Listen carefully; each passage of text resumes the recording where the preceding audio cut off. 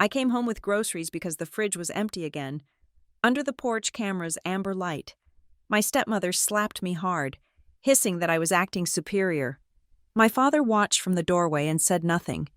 What they didn't see was my phone capturing every second from my pocket.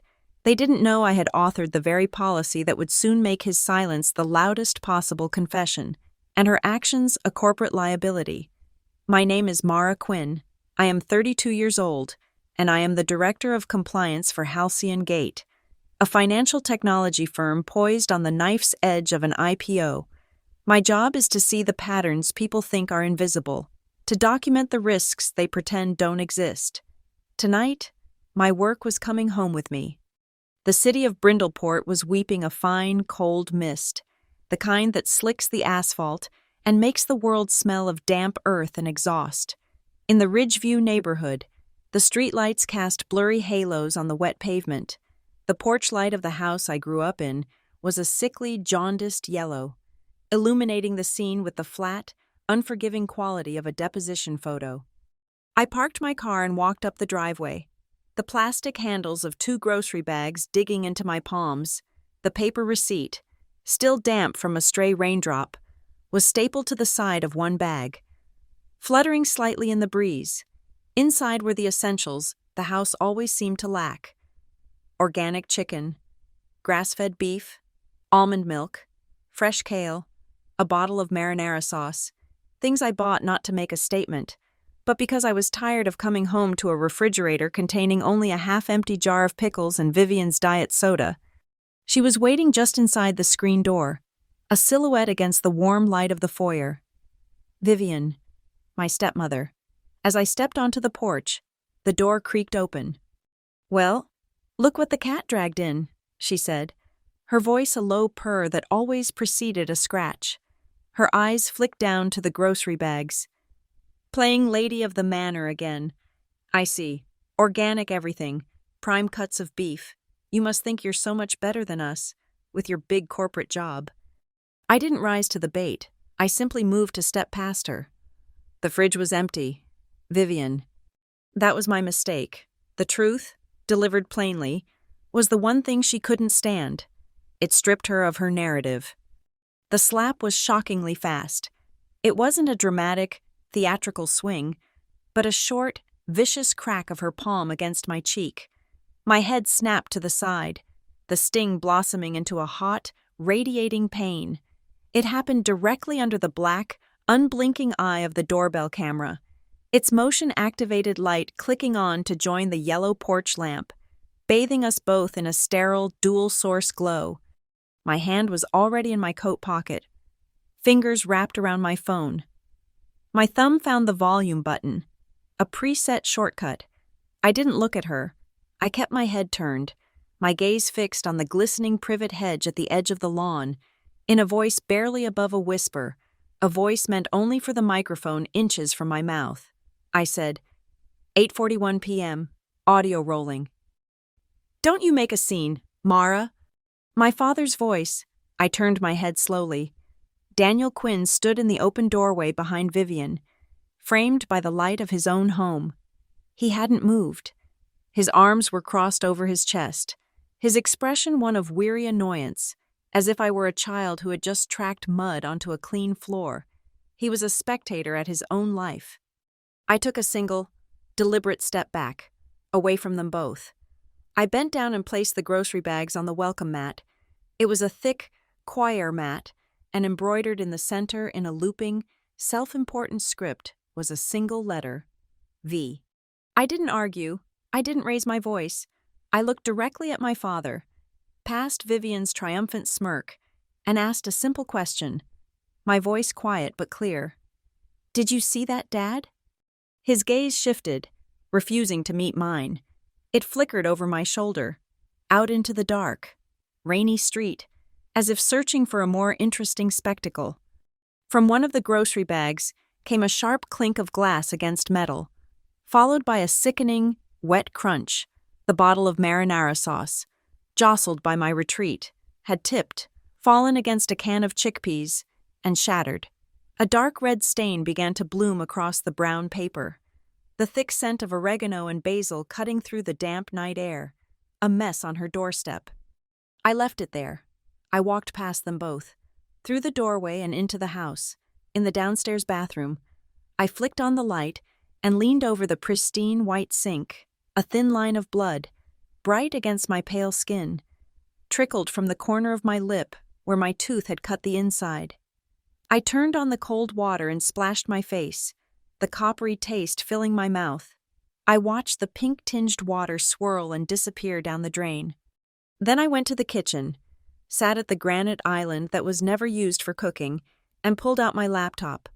I ignored the low, conspiratorial murmur of their voices from the living room. I logged on, the screen's white light illuminating my face. I opened a new email.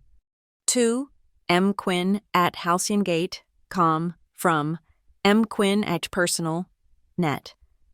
Subject: Incident documentation. 8:41 p.m. The email sat in my personal sent folder. A single, sterile entry time-stamped 8:43 p.m. Incident documentation. It was a term I used at work, a clinical, dispassionate term for when human behavior breaches professional conduct. Now, I was applying it to the blood on my lip. Vivian had arrived 3 years ago. A whirlwind of floral print dresses and overly bright lipstick. Descending upon our quiet, grief-stricken house less than 6 months after my mother's funeral. My father, Daniel, a man hollowed out by loss, had clung to her like a piece of driftwood. She didn't just move in. She executed a hostile takeover of our lives, starting with my mother's memory. The muted earth tones my mother had loved were power-washed away, replaced by beige, and more beige, a bland, sterile backdrop for the new life she was curating. The house in Ridgeview, which had once been a home, became her permanent set. It was a stage for her relentless social media performance of the perfect modern family. Her phone was a permanent appendage, an extension of her will. She would stage photos with the meticulous, joyless precision of a catalog shoot. Daniel, darling, put your arm around Mara. No, not like that. It looks so stiff. Mara, for God's sake, can you try to look like you belong here? Smile, chin up. We would be frozen on the beige sofa. My father's arm draped awkwardly over my shoulder. The scent of her cloying perfume thick in the air. Vivian would be pressed against him, her smile a wide, predatory crescent. Click, click, click. Just wonderful, she would murmur at the screen. The caption would be posted before we had even moved. My two favorite people, so blessed to have this cozy family night in. Family is everything, Brindleport, life. Stepmom love. The moment the post was live, the performance ended. Her smile would vanish. Her hand would drop from my father's shoulder, and the air temperature in the room would drop 10 degrees. All right, she'd sigh, as if exhausted by the effort. I'm going to have my wine. Mara, make sure the kitchen is clean. The family as everything dinners were the centerpiece of her production. They were mandatory, every Sunday.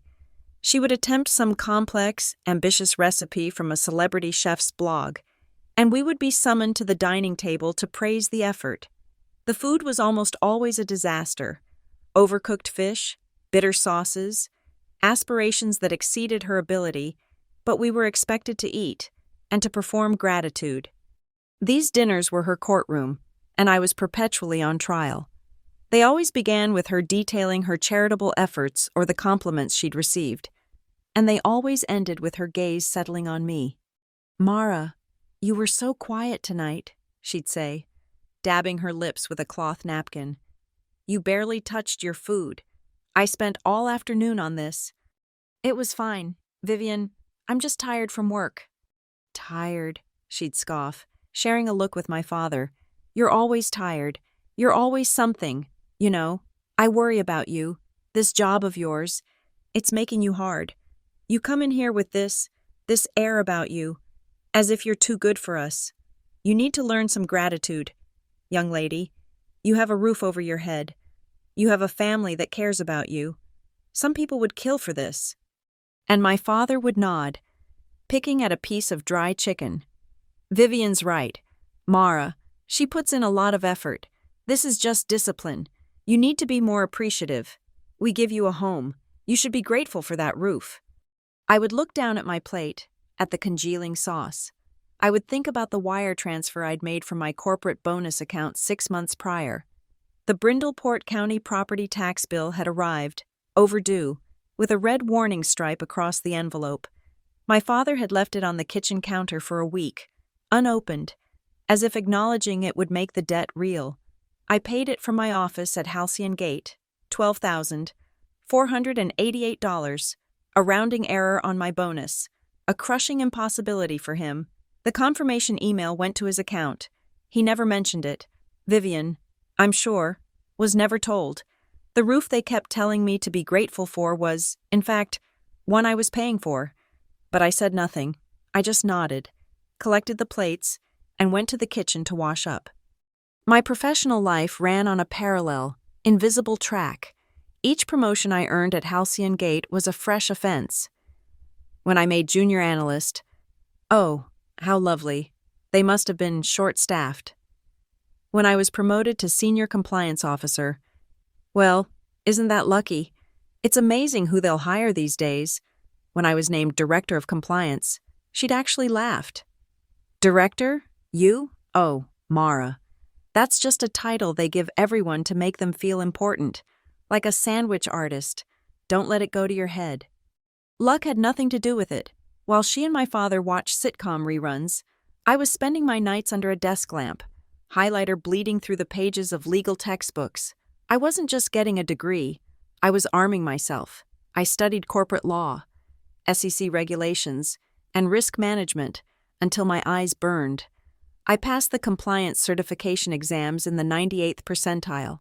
I learned the precise language of corporate governance, the architecture of power, the intricate rules that separate personal liability from corporate malfeasance. At Halcyon Gate, my job was to build the very fences I lacked at home. I was the one who wrote the employee handbook. I spent a month drafting the company's new business conduct and ethics policy. I defined the terms. I created the reporting channels. I wrote, revised, and finalized Section 8, Conflicts of Interest, which explicitly included family members and cohabitants. I crafted Section 11, Workplace Safety and Violence, defining harassment, intimidation, and assault, and outlining the non-negotiable consequences. I built a fortress of procedure, a system where actions had defined, unavoidable outcomes.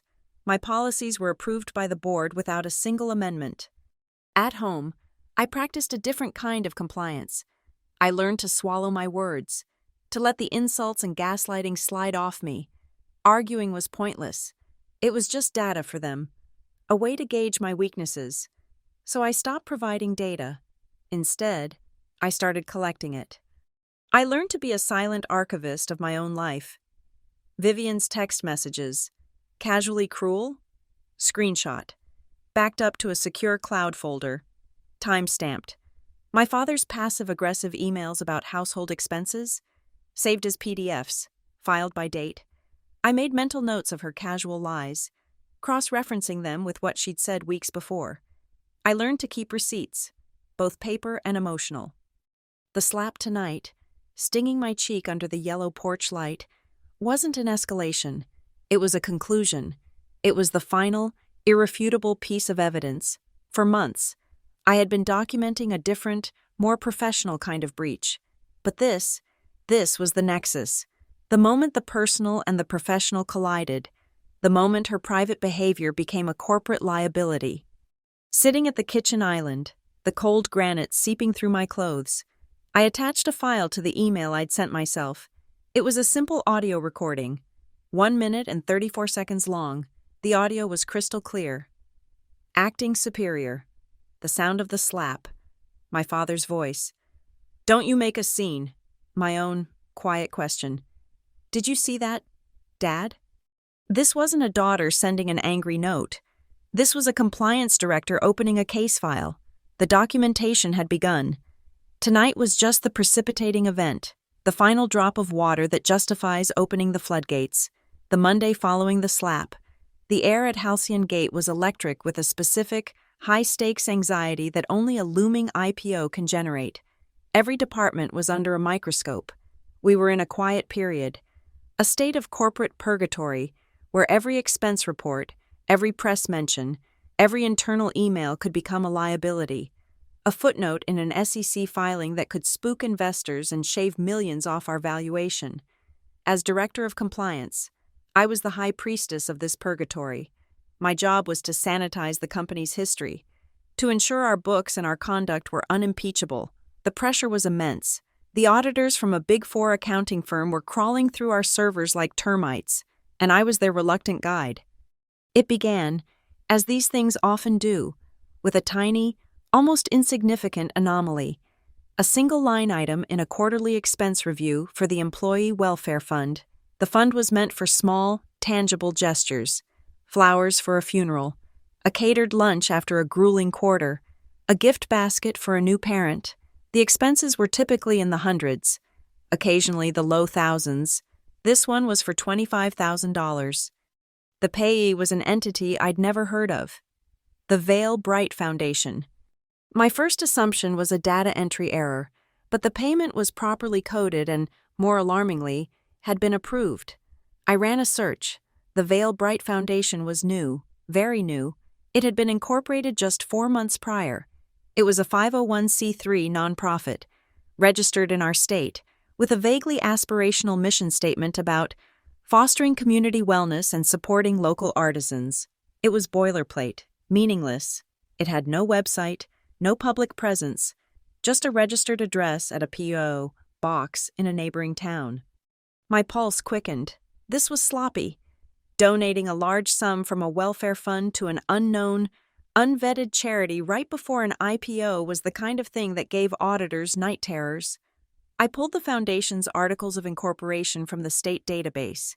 My screen refreshed, and the document loaded. I scrolled down to the section for the registered agent, the individual legally responsible for communications. The name made the air leave my lungs in a silent rush. It wasn't a stranger. It was a paralegal who worked at my father's small 2-person law firm. The floor of my office, 19 stories above the streets of Brindleport, suddenly felt like it was falling away. This wasn't just sloppy. This was a direct link. The two halves of my life, the meticulously ordered world of corporate compliance and the chaotic, undeclared war zone of my home, had just collided. I minimized the window, my hands trembling slightly. I took a deep breath, forcing the clinical, detached persona of my job to take over. Emotion was a liability. I needed a process. I needed a file. I created a new, encrypted directory on my secure local drive, bypassing the main company server for now. I named it with the first thing that came to mind: Project Glass Porch. The investigation began in earnest that night. With the auditors in the building, I had unprecedented, top-level access to everything. I started with the payment itself. The approval had come from Mark Collins, the VP of Finance. Collins was a company man, a glad-handing executive who prided himself on his golf handicap and his ability to streamline processes, which usually meant cutting corners. He was also a friend of my father's. They played golf together at the Brindleport Country Club. I pulled Collins's corporate expense reports for the past 6 months. Then I started pulling vendor contracts and invoices from the finance department. I worked backward from the Vail Bright payment, searching for any associated vendors. The $25,000 had been paid to the foundation for sponsorship of a community outreach event. There was an invoice from a third-party vendor attached to the payment request, a caterer called Artisan Plates, LLC. The invoice was for exactly $25,000 for services rendered at a Halcyon Gate Employee Appreciation Dinner. The date on the invoice was a Saturday, 2 months ago. I cross-referenced it with my personal calendar. A sick feeling of recognition coiled in my stomach. That was the night of one of Vivian's grand dinner parties, the one she'd been insufferable about for weeks, where she'd hired a fabulous new catering company to impress some of her socialite friends. I remembered her holding her phone up all night, snapping pictures for her social media. I opened my browser and navigated to her Instagram profile. It was public, of course. Her entire life was a performance for a faceless audience. I scrolled back 2 months, and there it was, a carousel of 10 brightly lit, over-filtered photos. Vivian, beaming, clinking a glass with my father. A long, elegant table set up in our dining room, and the final photo, Vivian, posing proudly on our front porch, next to a large, freestanding banner. The banner read, "The Veil Bright Foundation, lighting up our community." I zoomed in, my breath hitched. In the bottom right corner of the banner, in small, elegant script, was a logo. It was the stylized A and P of Artisan Plates, LLC. The phantom vendor, the Shell Catering Company, had its logo on a banner for Vivian's fake charity, displayed at the house I lived in, during a party paid for by my employer's employee welfare fund, approved by a friend of my father's. It was a closed loop of fraud, and my family home was at its center. For the next week, I lived a double life. By day, I was the calm, competent director of compliance, guiding auditors and reassuring our C-suite. By night, I was a forensic accountant, fueled by coffee and a cold, quiet rage. I built a timeline, a web of connections. I compiled every email between Collins and my father from their work accounts that mentioned the foundation or the project. I downloaded every invoice from Artisan Plates, noting how the description of services was always laughably vague. Consulting services, event logistics, promotional materials. Collins's digital signature was on every single approval. The money wasn't just coming from the welfare fund. Smaller, harder to track amounts were being siphoned from marketing, from operations, from a dozen different cost centers, all flowing to the same phantom vendor. I was building a fortress of evidence, digital, incontrovertible, but I knew how this would play out. They would claim it was a misunderstanding, a clerical error. Collins would feign ignorance. Vivian would cry and call it a vicious attack. My father would stand there, arms crossed, and tell everyone not to make a scene. I needed more than a paper trail. I needed something they couldn't dismiss. I reviewed the whistleblower policy I had written myself. It contained a specific clause allowing employees to report concerns directly to the company's external auditing firm, bypassing the internal chain of command entirely if a conflict of interest existed. This was my out. This was the clean path. I scheduled a call with the lead partner at the auditing firm, a stern, no-nonsense woman named Eleanor Vance. I didn't give her the details. I simply invoked the whistleblower clause, stated that I had discovered evidence of significant financial misconduct involving a corporate officer and an undisclosed related party, and that a conflict of interest prevented me from using internal channels. We met the next day in a soulless, off-site conference room. I laid it all out: the fund, the foundation, the paralegal, the invoices, the social media photos, Collins. For an hour, I spoke in the dispassionate, precise language of my profession. Eleanor listened without interruption, her fingers steepled, her eyes never leaving mine. When I finished, she was silent for a long moment. She nodded slowly. "This is a robust file, Ms. Quinn. The digital evidence is compelling. This could materially impact the S1 filing. It could delay the IPO indefinitely." She paused, her gaze sharpening. "But this is a delicate situation. Collins is a VP, your stepmother. This is personal. They will fight back. They will try to discredit you. What we need," she said, leaning forward, "is unimpeachable, primary source evidence, something that establishes the nature of the relationships involved, something that speaks to character, to motive, something that shows us exactly who we are dealing with."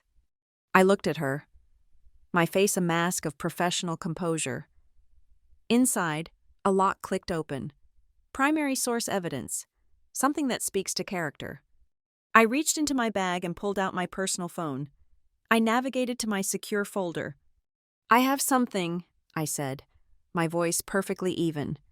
"It's a video file from a doorbell camera, time-stamped 8:41 p.m. last Tuesday. Eleanor Vance did not flinch. In the sterile, air-conditioned quiet of the off-site conference room, I turned my phone on the polished table and slid it across to her. I didn't press play. The file was simply there, a thumbnail showing a dark porch under a yellow light. My role was to present the data. Her role was to interpret its significance. "The file is time-stamped," I said, my voice as flat as the table's surface. 8:41 p.m., last Tuesday. She pulled the phone closer, her movements economical and precise. She tapped the screen. The video played without sound first, a small, grainy pantomime. She saw the scene. A woman stepping onto a porch, another woman emerging.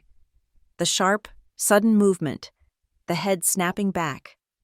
She saw the man framed in the doorway, his posture inert, unchanging. She watched the entire silent loop, then tapped the screen again, this time enabling the audio. The speakers on the phone were small, but in the dead silence of the room, the sound was shockingly clear. Acting superior. The sharp, ugly crack of the slap. A man's voice, weary, complicit. "Don't you make a scene, Mara." My own voice, quiet, controlled. "Did you see that, Dad?" Eleanor let the recording play to the end, the sound of the shattering marinara jar a final, percussive note. She didn't look at me. She stared at the phone for a long moment, then pushed it gently back across the table. "Primary source evidence," she stated, not as a question, but as a confirmation. "It establishes character."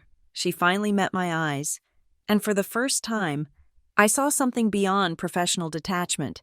It was a cold, calculating respect. "Now, let's build the rest of the chain of custody." That was my signal. My entire professional life had been training for this moment. I wasn't a daughter seeking justice anymore. I was a compliance director establishing an incontrovertible sequence of events. The world no longer operated on emotion or plausible deniability. It ran on data, on logs, on timestamps, and I had all of them. "The timeline is everything," I began. Opening my laptop, I projected a blank document onto the wall screen.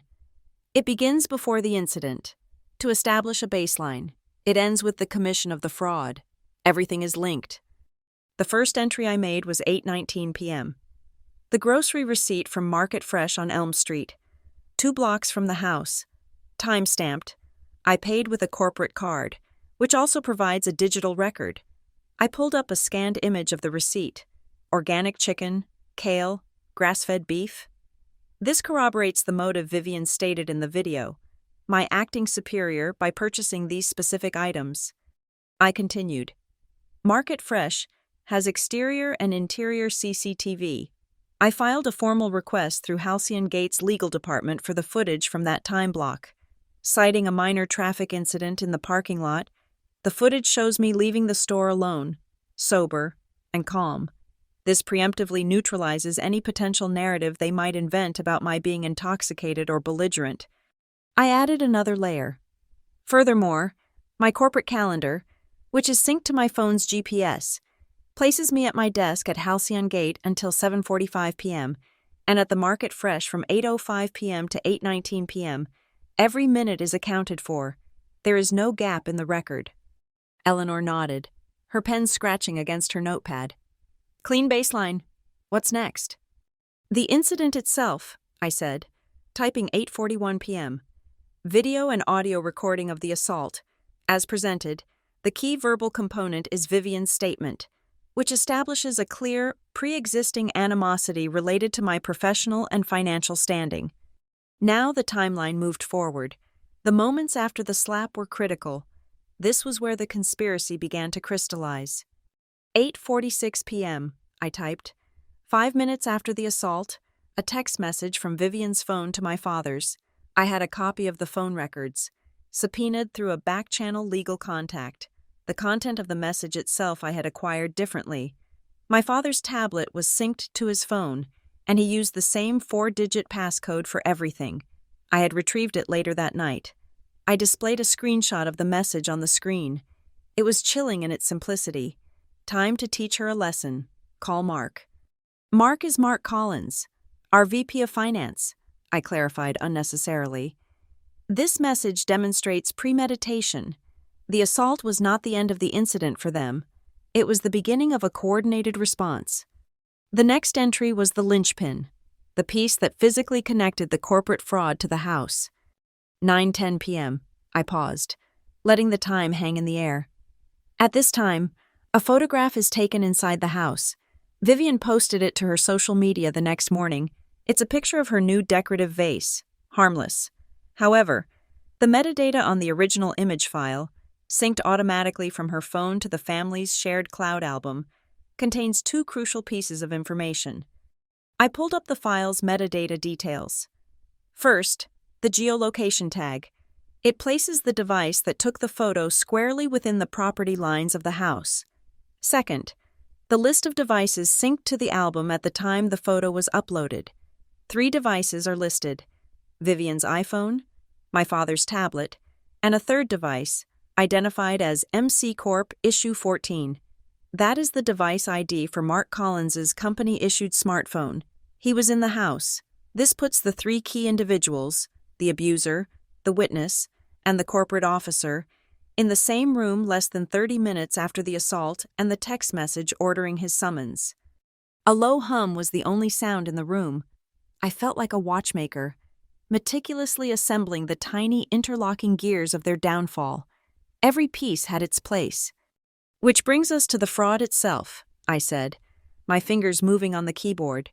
9:22 p.m., 12 minutes after Collins's presence is confirmed. A new invoice from the phantom vendor, Artisan Plates LLC, is created and submitted to Halcyon Gates Accounts Payable System. The invoice is for $18,000 for emergency logistical consulting. I displayed the invoice on the screen. Then I brought up a second file next to it. This is a log file from my home network's router. I am the administrator of the network. The log shows that at precisely 9:22 p.m., a device connected to our guest network uploaded a file to the external IP address of Halcyon Gates AP portal. The MAC address of the device is registered to Mark Collins. The invoice was created and submitted from my house, while Collins was there. Eleanor put down her pen. They created the fraudulent invoice from your living room. Correct, I confirmed, which leads to my final piece of physical evidence. I clicked to the last slide in my presentation. It was a simple, high-resolution photograph I had taken with my phone the morning after the incident. It showed a small, white plastic network jack on the wall behind the living room sofa, the kind you'd see in any office. It had 2 Ethernet ports, and adhered just above it was a small, neatly printed label from a label maker. The label read, Halcyon Guest. My father is a partner in a 2-man law firm, I said. Vivian is a professional charity host, yet they have a dedicated, hardwired, and labeled guest network port for a multi-billion-dollar financial technology company in their living room. This wasn't a one-time event. This was an operational setup. My home was being used as an undeclared off-site office for the express purpose of committing fraud against my employer.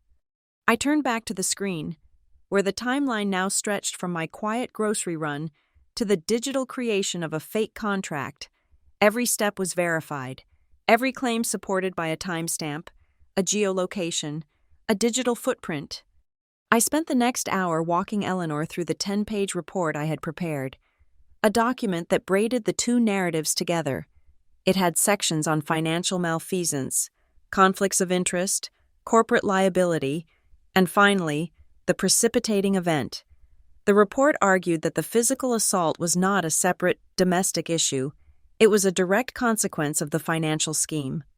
My success and my refusal to be subservient threatened their operation, and the violence was a tool to enforce compliance, not as a daughter, but as a potential witness. When I was done, I leaned back in my chair. The screen glowed with the final sentence of my executive summary. The coordinates for an act of domestic violence and an act of corporate wire fraud are no longer separate, I read aloud. They are identical. A front porch in Ridgeview, a living room in Brindleport. The personal and the professional are now inextricably linked. The crime scene is the same. Eleanor Vance absorbed the timeline, her expression unchanged, as if she were reviewing a standard audit projection rather than the blueprint of a corporate takedown. The video of the slap had provided the character evidence. The digital timeline had established the conspiracy. Now, we needed to move from forensics to a live operation. We had to prove not just past crimes, but present, ongoing, and future intent. We had to give them the rope. "They are arrogant," I stated, breaking the silence in the conference room. "Their sloppiness with the invoices, the text message, the network setup, it all points to a deep-seated belief that they are untouchable. Vivian believes her social standing protects her. Collins believes his executive status protects him, and my father believes his silence protects everyone. Arrogance creates opportunity." Eleanor agreed. Closing my laptop. "They've established a pattern of siphoning funds through this artisan plates vendor. You've proven Collins's complicity. What we need now is to link the Vail Bright Foundation itself, the entity, irrevocably, to the fraud. And we need to do it in a way that bypasses Collins's internal approvals and forces the issue into the open." "I have a proposal," I said.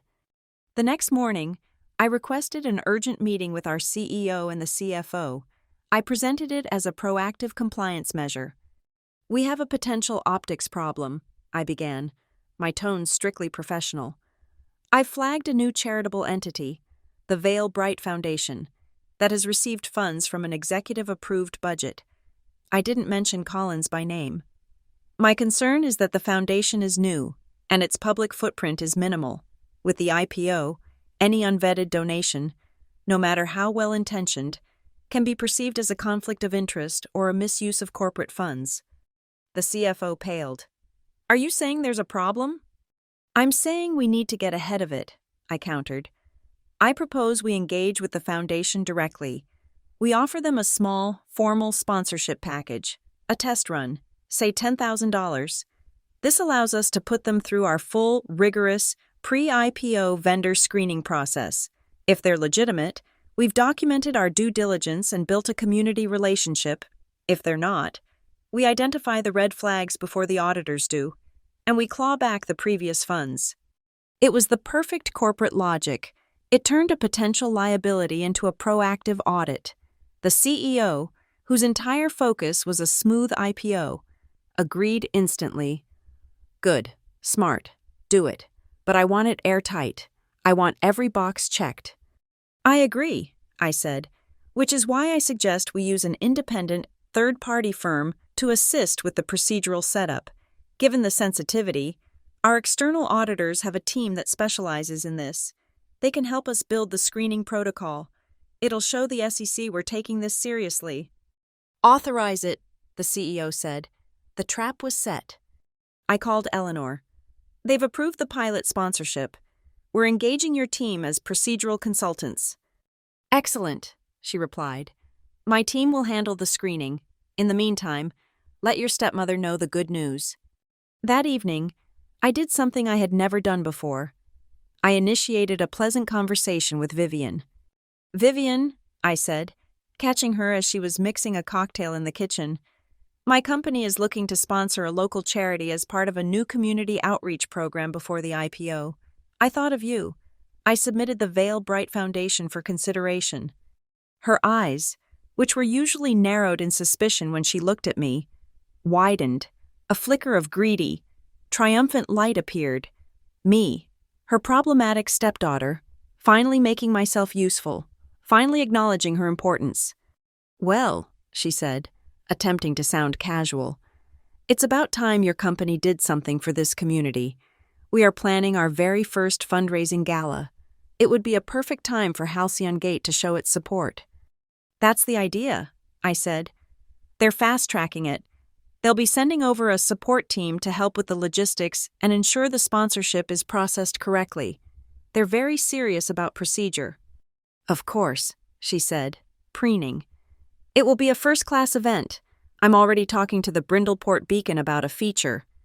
And just as I predicted, the next Sunday, there it was, a glossy, half-page spread in the Beacon's lifestyle section. Brindleport's newest philanthropist, Vivian Quinn, hosts inaugural Veil Bright Gala. There was a photo of her on our porch, the same porch where she had slapped me, now repurposed as her philanthropic stage. She boasted about her mission, her high-profile guest list, and her major corporate partners, starting with Halcyon Gate. She had publicly tied her foundation to my company. The hook was set deep. The night of the gala, our house was unrecognizable. It was packed with Brindleport's minor socialites, local business owners, and my father's colleagues. White-jacketed waiters served champagne. A string quartet played in the corner of the living room. Vivian was radiant, moving through the crowd, her laughter high and brittle. I was not there as a guest. I was there as Halcyon Gate's representative. With me was a quiet, unassuming man in a gray suit, introduced to Vivian as David, from our vendor management team. David was one of Eleanor Vance's senior forensic auditors. My father, looking uncomfortable in a tuxedo, tried to approach me. "Mara, this is a wonderful night. Vivian is so happy." "It's a wonderful event, Dad," I said, my voice neutral. I turned and walked away, leaving him standing by the bar. My work began. While Vivian gave a breathless speech about community care, I moved through the room with the precision of a crime scene photographer. My phone was my tool. Click, a photo of the sponsor plaque by the entryway, with the Halcyon Gate logo prominently displayed. Click, a close-up of the printed program, which listed the foundation's board members, including my father's paralegal. And then I saw it, displayed on a large banner behind the string quartet, the same banner from her Instagram photo. It was a list of event partners, and there, fourth on the list, was the name of the phantom caterer. Exactly as I had hoped, they were too arrogant to even create a new name. But in their haste, they had made a mistake. It was misspelled. Artesian Plates, LLC, a single, fatal typo. Click. I found David, the auditor, near the back patio. "The banner is up," I said quietly. "He's here." Mark Collins was holding court by the fireplace, a glass of scotch in his hand, laughing loudly. Vivian was at his side. "It's time," David said. He approached them with a polite, deferential smile, holding a tablet. "Mr. Collins? Miss Quinn? A marvelous event. I'm David, from Halcyon's vendor team. We have a small procedural issue I was hoping you could help with." "What is it?" Collins asked, annoyed at the interruption. "It seems the final sponsorship tranche for the event, the one we're processing tonight, was flagged by our new automated system. Something about the vendor ID," David said smoothly. "It just needs a senior executive override to release the payment. Since you're the executive sponsor of the original payment, your approval would clear it right up. It's for the caterer. Artesian Plates." He held out the tablet. On the screen was a simple approval page. Vivian, hearing her caterer might not be paid, put her hand on Collins's arm. "Mark, please, it's just some silly red tape. Don't let it ruin the party." Collins, full of scotch and self-importance, wanted to look like the man who solved problems. He wanted to show his power in front of Vivian and this minor employee. He scoffed. "Bureaucracy. It'll kill us all." He took the tablet, scribbled his digital signature on the line, and handed it back. "There, done. Now, if you'll excuse us." "Thank you, sir," David said, melting back into the crowd. He found me by the kitchen door. He didn't smile. He simply turned the tablet screen toward me. "He just approved it," David said. "He's just personally authorized a $10,000 payment to a misspelled, fraudulent vendor." "And the system?" I asked. "The flag was real," David said. "The moment he signed, the system was designed to do one thing, not to block the payment, but to trace it." He tapped the screen. A new window opened, a flowchart of data. The signature triggered a real-time trace on the vendor's tax ID number. That ID, for Artesian Plates, is registered to a shell corporation, AP Holdings, and AP Holdings is registered to. He tapped again. The name of my father's paralegal filled the screen. "It's a closed loop," I said. "The executive sponsor of the original fraud has just, on site, used his corporate authority to push through a new payment to the same criminal entity, and he did it at an event hosted by the primary beneficiary." The string quartet had just finished a piece. In the sudden pocket of silence, Vivian was at the microphone again, thanking everyone for their generosity. "It just shows," she said, her voice brimming with fake emotion, "what we can accomplish when we truly care about our community." The trap had snapped shut. The sound was deafening, but only I could hear it. I looked across the room at Vivian, her face flushed with success, and at my father, who was standing beside her, dutifully applauding. I turned to David, the auditor. "Send the file to Ms. Vance," I said. "The case is closed." I allowed myself one small, private gesture. As I walked past the bar, I picked up a bottle of water. I looked at Vivian, who was still basking in the applause. I raised the bottle in a mock toast, a gesture too small for anyone else to notice, and I said, just to myself, the words echoing in my head with the force of a final judgment. Community care starts with not hitting the person who brings home the groceries. The air on the 19th floor was recycled and cold. The conference room was a glass box, suspended over the city, designed to project an image of transparency and power. Inside, it smelled of stale coffee, expensive wool suits, and contained panic.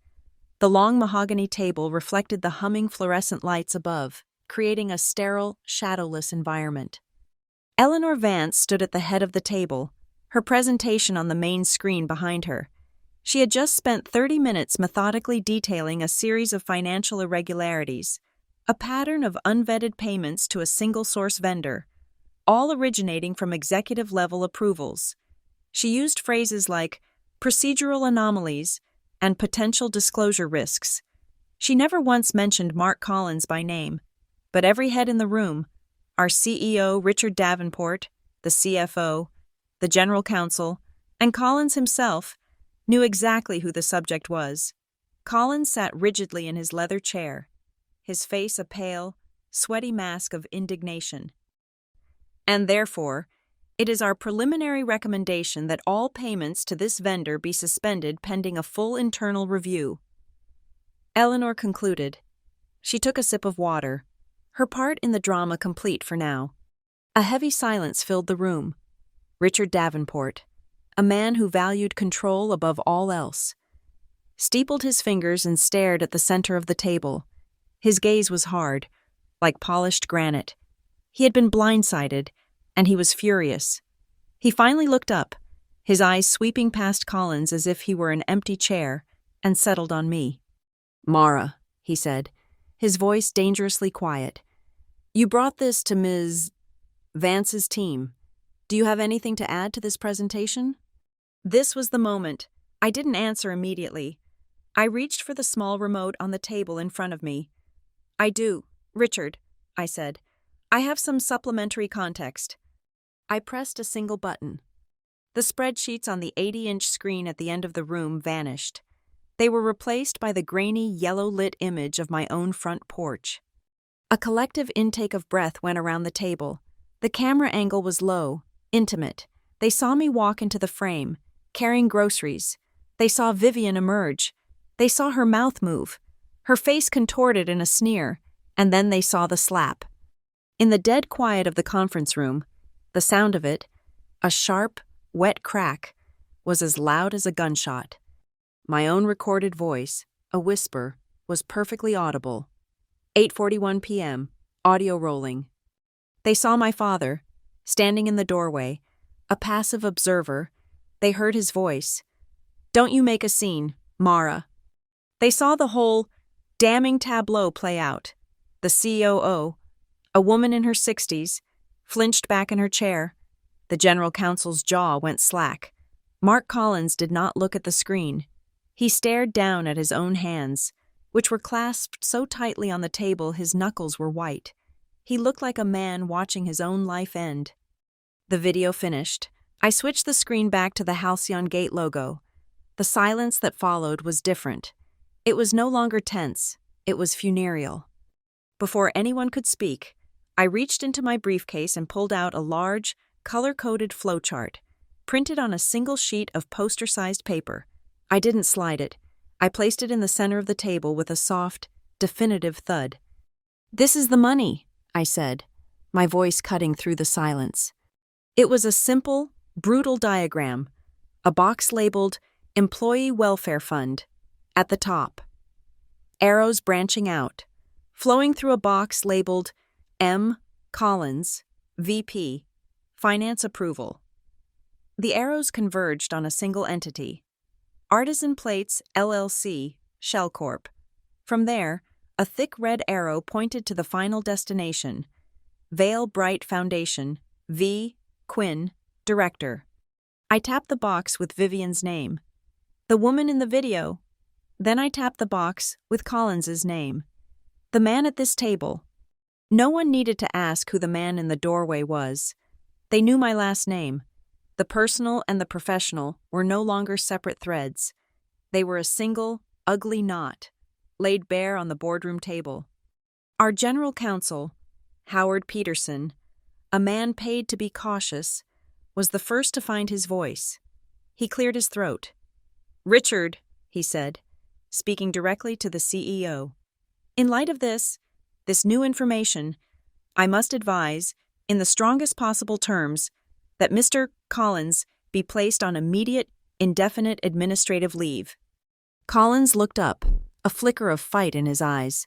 "This is a personal matter. A doctored video. My signature was forged." Davenport cut him off with a look so cold it could freeze fire. "Shut up, Mark." He turned to Peterson. "What else? Howard?" "We have a material event," Peterson said.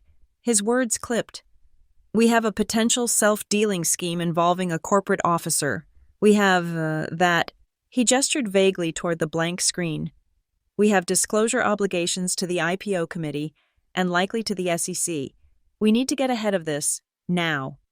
Davenport was already in motion, his mind processing the crisis, calculating the angles. He looked at the empty space where Collins's credibility used to be. Then he looked at me. He wasn't looking at a subordinate.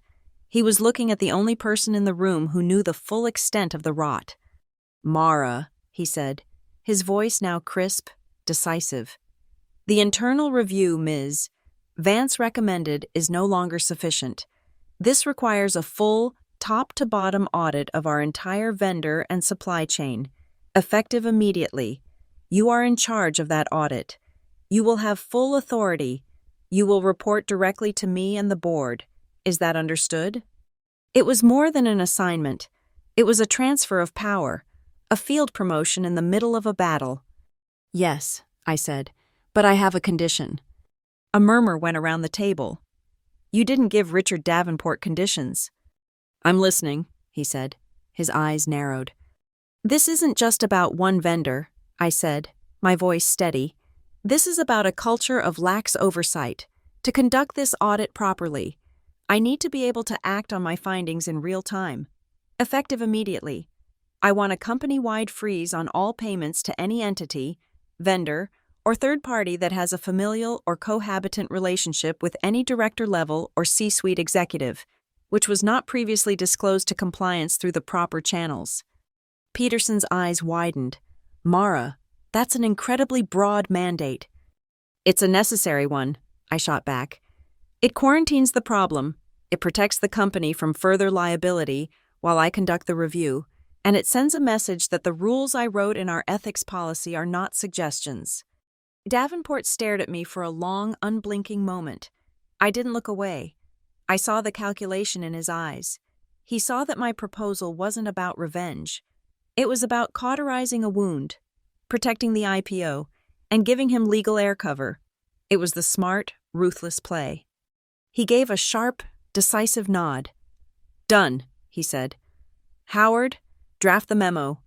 It goes out to all senior staff in the next hour, no exceptions." He turned back to me. "What do you need to begin?" This was the final move, the one that closed the last door. "To begin the audit," I said, I'll need full, unrestricted administrative access to all network server logs, email archives, and digital payment gateways for the past 12 months. I paused, then looked directly at Mark Collins one last time. And I'll need the IP access logs from the Halcyon Guest network for the night of the gala, and for the night of Tuesday, October 12th, the date of the slap, the date the fraudulent invoice was created in my living room. Davenport didn't hesitate. He picked up his phone. "Get me the head of IT, now." He looked at me, a silent acknowledgement passing between us. I had brought him a crisis, but I had also brought him the cure. As security quietly entered the room to escort a now ashen Mark Collins from the building, my company phone buzzed. It was an automated email from the IT department. My access privileges had been updated. I had the keys to everything. The full, unvarnished, digital truth was now at my fingertips. I didn't go home that night. I stayed in a hotel downtown, a sterile, anonymous room with a view of the city lights. I spent the evening with my new administrative privileges, a pot of black coffee, and a singular focus. I pulled every log, every email, every digital breadcrumb. I built a case file so dense, so thoroughly cross-referenced, that it was no longer an accusation. It was a foregone conclusion. The next evening, I sent a single text message to my father and Vivian. "We need to talk. I'm coming over at 7 to discuss a private settlement. Be in the living room." I used the term private settlement deliberately. It was corporate language, the language of a problem to be managed, not a family to be reconciled. When I arrived, the front porch was clean. The broken glass and the marinara stain were gone. I let myself in with my own key. They were waiting, just as I had instructed. Sitting on the beige sofa in the living room, the room was brightly lit, the overhead lights casting a flat, white glare that bleached all the color and warmth from the space. It didn't look like a home. It looked like an interrogation room. I didn't sit down. I remained standing, placing my briefcase on the coffee table. My eyes immediately went to the corner of the room, near the ceiling. A small, black dome with a single, unblinking green light, the wireless security camera Vivian had insisted on installing to keep an eye on the place. It was still there, still recording, still uploading to a cloud server. She had built her own panopticon, never imagining she would become the subject of its gaze. Vivian was the first to speak, her voice oozing a syrupy, false concern. She was in her element, playing the role of the gracious, misunderstood matriarch. "Mara, darling," she began, a small, sad smile playing on her lips. "I'm so glad you came. This has all been a terrible, terrible misunderstanding. Your father and I were so worried." I didn't respond to her performance. I opened my briefcase. My father, Daniel, shifted uncomfortably on the sofa. He wouldn't look at me, his eyes fixed on a point on the far wall. "There is no misunderstanding. Vivian," I said, my voice as cold and flat as the light in the room. "There is only a sequence of events, documented and verified." I pulled out the first document. It wasn't an angry letter. It was a single sheet of paper, a printout from the Halcyon Gate network server logs. It was a table of data, dense and clinical. I placed it on the coffee table in front of her. "This," I said, pointing to a specific line, "is the IP address of this house's guest network. This is the timestamp, 9:22 p.m., Tuesday, October 12th. This is the data packet size, and this is the destination server, Halcyon Gates Accounts Payable Portal, and this is the file name that was uploaded, Invoice APL 18KH Consult PDF. This is the moment your accomplice, Mark Collins, committed wire fraud from that sofa." Vivian stared at the paper, but her eyes weren't tracking the data. She was looking for an angle, a way to twist this into another one of my supposed emotional outbursts. "Mara, this is nonsense. It's just numbers. You're upset. We understand that. But you can't come in here with these wild accusations." My father finally spoke, his voice a low murmur.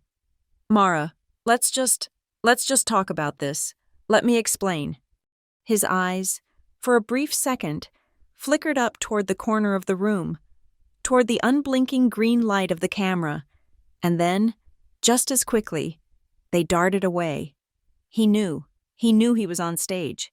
He was trying to mediate, but his body language was a confession. I ignored him and looked directly at Vivian. I laid out the terms. Here is the settlement. It is not negotiable. First, you will facilitate the full and immediate restitution of all funds defrauded from Halcyon Gate. The current total is $142,000.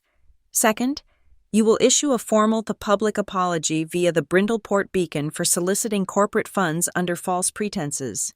And you will dissolve the Vale Bright Foundation.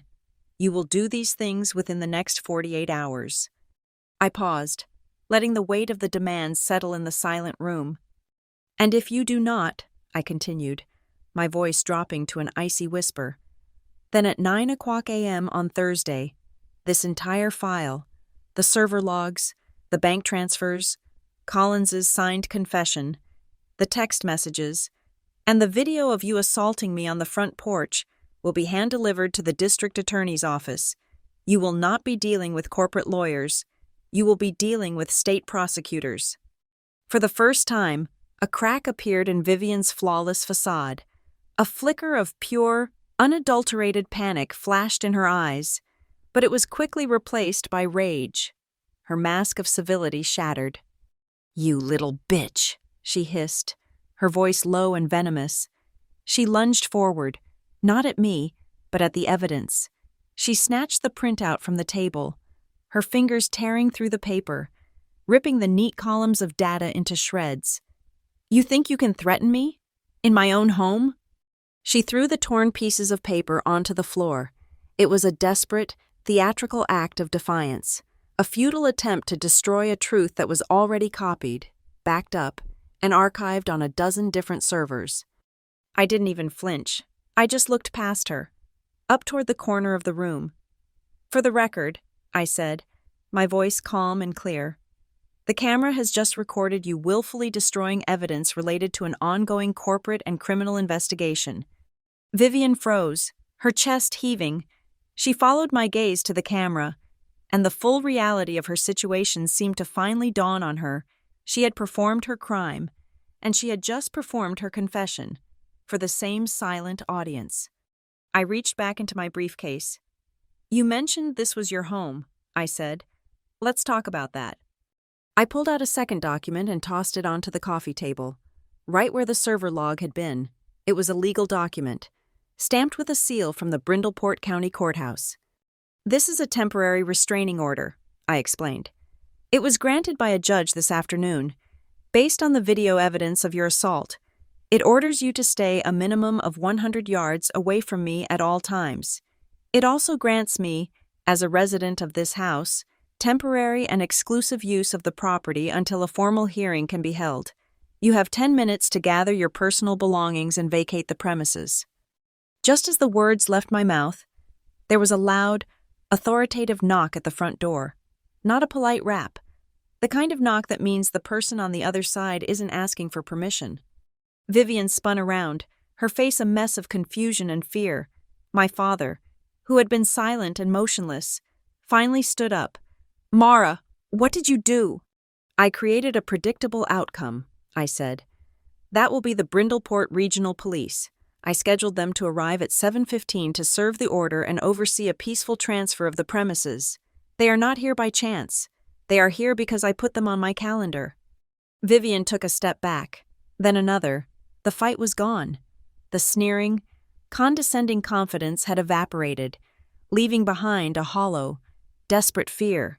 She looked from the legal order on the table, to the camera in the corner, to the front door where the knocking came again, louder this time. She was trapped in a web of her own making, and I had just pulled every single thread taut. For the first time since I had known her, Vivian Quinn was completely, utterly silent. The auditorium was cold, the kind of manufactured chill designed to keep executives awake during long presentations. This wasn't a regular quarterly meeting. This was an extraordinary general meeting, a rare and serious corporate ritual summoned only in times of great crisis or great change. Today, It was both. The investors, analysts, and major shareholders sat in tiered rows, their faces illuminated by the soft glow of their tablets, a sea of quiet, expensive anxiety. The press was not invited, but the stakes were just as high. The purpose of this meeting was to project absolute control in the face of a near disaster. The stage was simple: a long table with 4 microphones, a lectern, and a massive screen behind it displaying the Halcyon Gate logo against a calming blue gradient. Richard Davenport, our CEO, sat at the center of the table, a paragon of calm authority. He opened the meeting with a brief, somber statement. He spoke of the company's commitment to integrity. He mentioned the discovery of significant, unsanctioned financial conduct by a senior executive. He announced that the executive in question, Mark Collins, had been terminated for cause, and that a full file had been turned over to the relevant authorities. He delivered the news with the dispassionate finality of a surgeon announcing a successful but necessary amputation. Then, he turned to me. "To ensure such a breach of our principles never happens again," he said, his voice resonating through the auditorium's sound system. "We have already begun implementing a series of new, strengthened compliance protocols. I've asked our Director of Compliance, Mara Quinn, who was instrumental in identifying this issue, to outline the new framework for you." I walked to the lectern. My footsteps were silent on the thick carpet. I adjusted the microphone, the small movement feeling momentous in the charged silence. I was not the same woman who had stood on that porch. Power was not about shouting. It was about being listened to in rooms like this. "Good morning," I began, my voice even and clear. "My department's mandate is to protect the company from risk. Sometimes, that risk is financial. Sometimes, it is operational. And sometimes, as in this case, it is reputational, stemming from a failure to adhere to our stated code of conduct." Behind me, the screen changed to a flowchart, a complex but clean diagram of my new related party transaction and reputational risk protocol. "The previous framework was robust," I continued, "but it relied too heavily on self-disclosure. The new protocol is proactive. It automates the cross-referencing of vendor databases with the declared personal and familial relationships of all director-level and C-suite employees. It creates a firewall, not a guideline." I spent 10 minutes walking them through the technicalities. I spoke about enhanced vetting, about third-party audits for any entity with a personal connection to an officer of the company, about the non-negotiable consequences of non-disclosure. It was deliberately dry, deliberately technical. I was building a case, not telling a story. Then, I paused. I took a sip of water. The room was utterly still. "To illustrate the necessity of these protocols," I said, looking out at the rows of faces, "I want to share an anonymized case study based on a recent precipitating event. This is a hypothetical, to demonstrate the kind of risk we are now insulated against." I did not turn to the screen. I did not need notes. I had lived this. "Imagine a scenario," I began, my voice dropping slightly, becoming more deliberate, each word chosen to land with the weight of a stone.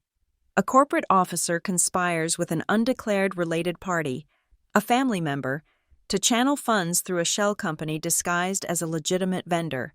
The funds are funneled into a private foundation run by that same family member under the guise of charitable giving." A low murmur rippled through the audience. "The fraud is facilitated by the officer's executive authority, but the conspiracy is sustained by something more insidious, a culture of personal intimidation. The family member in question uses their personal relationship to the corporate structure as a shield, creating an environment where scrutiny feels like a personal attack, and silence feels like a prerequisite for peace." I let that hang in the air. "Now, imagine an employee who lives in the same household, an employee who, by virtue of proximity, becomes a witness. The family member, feeling their illicit enterprise is threatened by the employee's very presence and professional success, resorts to physical intimidation, an assault, a common domestic act of violence, but one that is inextricably linked to the corporate fraud. The violence is not just a personal matter, it is a tool of enforcement, a method of witness tampering. I looked out at the silent, watching faces. The video of this assault does not need to be shown, but its existence is the linchpin. It proves that the character required to commit corporate fraud is the same character required to commit domestic violence. The two are not separate. The risk is the same. I finished my presentation. As I walked back to my seat, a hand went up in the third row, an analyst from a major investment firm. "A question for the CEO," he said, his voice amplified by a microphone passed to him by an attendant. "Ms. Quinn's hypothetical raises a serious question not just of protocols, but of culture. How did this go undetected? And what assurances do we have that the personal conduct of your executives will not pose a risk to this company and its shareholders again?" Davenport stood. This was the moment he had been waiting for. He didn't just answer the question, he seized the narrative. "That is the essential question," he said, his voice booming with renewed confidence. "And the answer is twofold. First, it did not go undetected. Our system, and a director with unimpeachable integrity, caught it. The process worked. Second, you are correct. This is about more than just money. It is about who we are." He announced the immediate establishment of two new corporate initiatives. The first was the Halcyon Gate Whistleblower Protection Program, a generously funded, independently managed channel for employees to report misconduct without fear of reprisal. The second was the Halcyon Gate Family Support Fund, a confidential resource to provide financial and logistical support to any employee, at any level, experiencing domestic violence. It was a masterstroke. He had taken the ugly core of our crisis and transformed it into a progressive, headline-worthy demonstration of corporate responsibility. He was not just cleaning house, he was building a better one. As he spoke, I saw a notification on my tablet, a market news alert. Halcyon Gate, HGC, stock remains stable in pre-market trading following the termination of a senior executive. As the company announces robust new compliance and employee welfare initiatives, we hadn't just survived the storm, we had harnessed it. When Davenport finished, the room erupted in applause. Not polite, obligatory applause. It was the sound of relief, the sound of money feeling safe again. Davenport held up a hand. "I believe Ms. Quinn has one final proposal." I stood again, this time from my place at the table. "Our company was almost defrauded in the name of a fake charity," I said, my voice ringing with a new authority. "I propose we show this community what real charity looks like. The Ridgeview neighborhood, where this incident took place, has areas that are classified as food deserts. I propose that Halcyon Gate fund and stock 3 community refrigerators to be placed in publicly accessible locations, offering free, fresh groceries to anyone in need. No applications, no questions asked." I looked out across the auditorium. We have an opportunity to turn a symbol of our vulnerability into a source of real, tangible community strength. I paused and delivered the final blow. It's time we prove that we don't fund empty banners. The applause this time was even louder. It was genuine. It was for the idea, for the decisiveness, for the story of redemption they had just witnessed. But as I looked out at the sea of clapping hands and approving faces, my eyes scanned the back rows, near the exit, and I saw him, my father. He must have used his old shareholder credentials to get in. He was sitting alone, his suit looking too big for him, his face pale and drawn.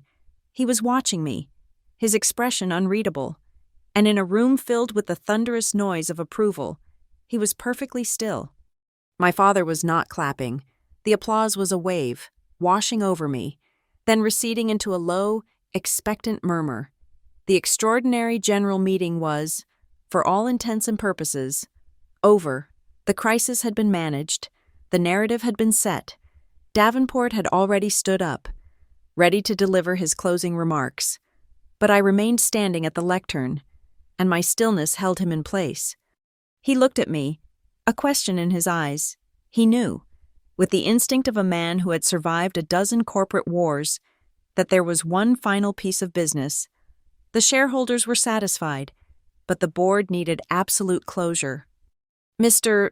Davenport," I said, my voice carrying easily through the silent auditorium, "there is one last outstanding liability I need to address, a final loose end from the internal audit." A ripple of renewed tension went through the room. Davenport gave me a slight, almost imperceptible nod. The floor was mine. I took a breath. This was not about emotion. It was the final entry in a ledger. The investigation has confirmed that the primary base of operations for the fraudulent entity, the Vale Bright Foundation, was a residential property in Brindleport, I stated. As a result, that property has been identified as a material asset integral to the commission of the fraud. I paused, letting the corporate jargon sink in. In the back row, I saw my father stiffen. "Therefore," I continued, "I must make a final disclosure to this body. The house in Ridgeview is a co-owned asset. It is held jointly by my father, Daniel Quinn." I let his name hang in the air for a moment, then delivered the killing blow. "And the Halcyon Gate Executive Trust." A collective gasp, sharp and audible, swept the room. It was one thing to hear of fraud and family drama. It was another thing entirely to hear that the company itself was financially entangled in the crime scene. Davenport's face was a mask of stone, but I saw a flicker of understanding and respect in his eyes. He knew what was coming. "A year ago," I explained, my voice devoid of any inflection, "this company, through its executive support program, provided a financial guarantee to cover a significant delinquent property tax liability for that residence. The amount was $12,488. I used the exact figure. Precision was a weapon. The agreement, which my father was urged to sign by his wife, Vivian Quinn, was standard.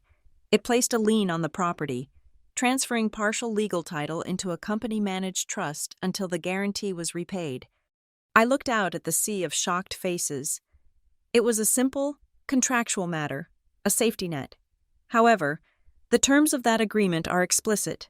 The property could not be used for any undisclosed commercial purpose, nor could it be leveraged in a way that would create a reputational or financial risk for Halcyon Gate.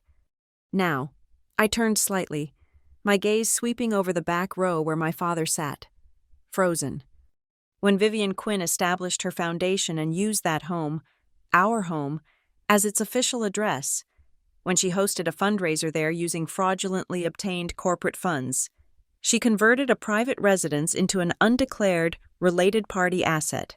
According to SEC regulations governing our pre-IPO status, this relationship constituted a material fact requiring immediate and full disclosure. I let the finality of that statement settle. "That disclosure was never made," I said quietly. "This constitutes a fundamental breach of the guarantee agreement, and that breach triggers the contract's default clause." The room was so quiet, I could hear the hum of the air conditioning. From the side of the stage, our general counsel, Howard Peterson, stood up. He wasn't speaking to the shareholders anymore. He was speaking for the corporate record. "Therefore," Peterson announced, his voice booming with legal authority, "effective immediately, Halcyon Gate is exercising its contractual right. The guarantee is terminated. The trust will assume full and exclusive control of the asset, the property, pending the full financial resolution of the fraud investigation and the repayment of all misappropriated funds." It was a corporate execution, clean, legal, and absolute. As Peterson spoke, I saw movement at the back of the auditorium. Two men in dark suits, part of the company's legal team, were walking down the aisle. One of them stopped at my father's row. He leaned over and handed him a thick envelope. A legal notice, eviction. My father took the envelope, his hand trembling. He didn't open it. He just stared at me, his face ashen, his mouth slightly open. For the first time, he seemed to see me not as his daughter, but as the architect of his ruin. His lips moved, forming a silent question. Why? At the same time, the main doors of the auditorium opened. I caught a glimpse of Vivian, standing there with her lawyer, presumably summoned for a separate meeting. She looked confused, arrogant. The second man in a suit approached her, handed her a subpoena, and said something I couldn't hear. Her face crumpled. Her passport would be frozen by the end of the day. My father stood up, stumbling slightly. He started to walk toward the stage. His eyes locked on mine. He looked like a ghost. He reached the bottom of the stage steps, his mouth opening and closing, but no words came out. The shock had stolen his voice. I leaned forward, down toward the lectern microphone, breaking the silence between us. My voice was not a shout. It was a low, clear, and perfectly amplified statement of fact, recorded for the minutes of the meeting, for the history of the company. I brought home groceries, I said. I also brought home the law. A blinding flash went off from the side of the room. A corporate photographer, capturing the moment for the next annual report. The image of the new, decisive halcyon gate. My father flinched back from the light, and from my words, as if struck. He turned, a broken man, and walked away, disappearing out the side exit. The meeting was over. The applause was scattered this time, more stunned than celebratory. As the shareholders began to file out, Richard Davenport walked over to me. Howard Peterson was at his side. "Mara," Davenport said, his voice low. "That was thorough." "It was compliant," I replied. "The board held an emergency session this morning," he said.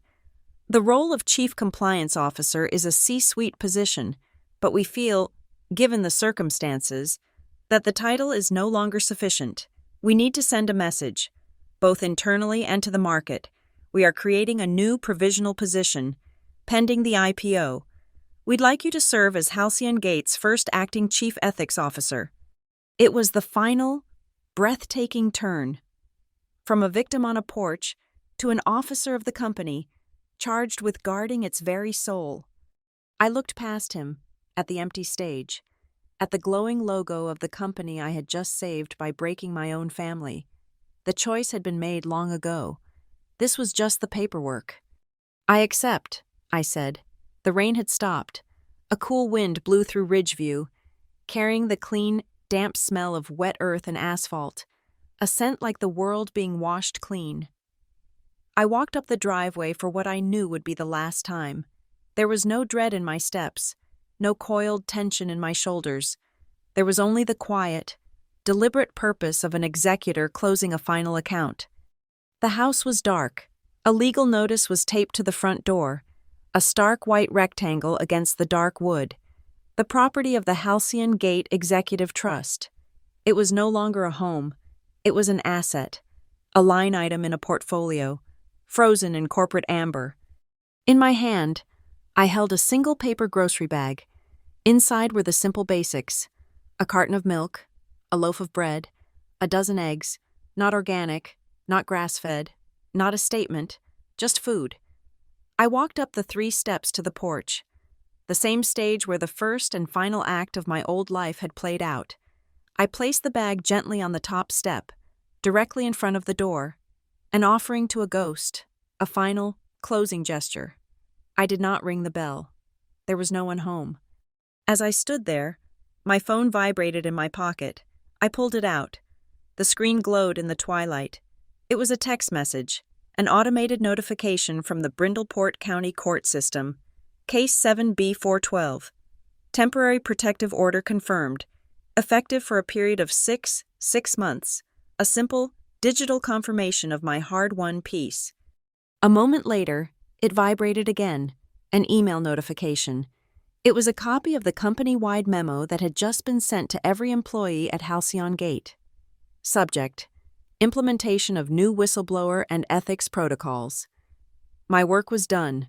The system I had designed to protect others was now live. The change was no longer a proposal. It was the law of the land. I put the phone back in my pocket. I looked up, past the welcome mat with its faded, meaningless V, and met the gaze of the one silent witness who had seen it all, the small, black, unblinking eye of the doorbell camera. It had recorded my humiliation. It had recorded my evidence. It had recorded my victory. Now, it would record my closing statement. I looked directly into its lens, my expression calm, my posture relaxed. There was no anger left. There was no pain. There was only a profound and unshakable stillness. The quiet that comes after the storm has passed, and you are the only thing left standing. I spoke, my voice clear and steady in the evening air, a final entry for the permanent record. No more silence. I did not wait. I did not look back. I turned, and the heavy front door swung shut behind me, the lock clicking into place with a sound of absolute finality. I walked away. I walked past the privet hedge. I walked down the driveway and onto the clean, wet street. Behind me, the camera's field of view held on the empty porch, the single bag of groceries, the sealed door, and then, slowly, the screen faded to black. No further explanation was necessary. The end. Thank you for listening to this story. Let us know where you're listening from in the comments below. We'd love to hear your thoughts and connect with you.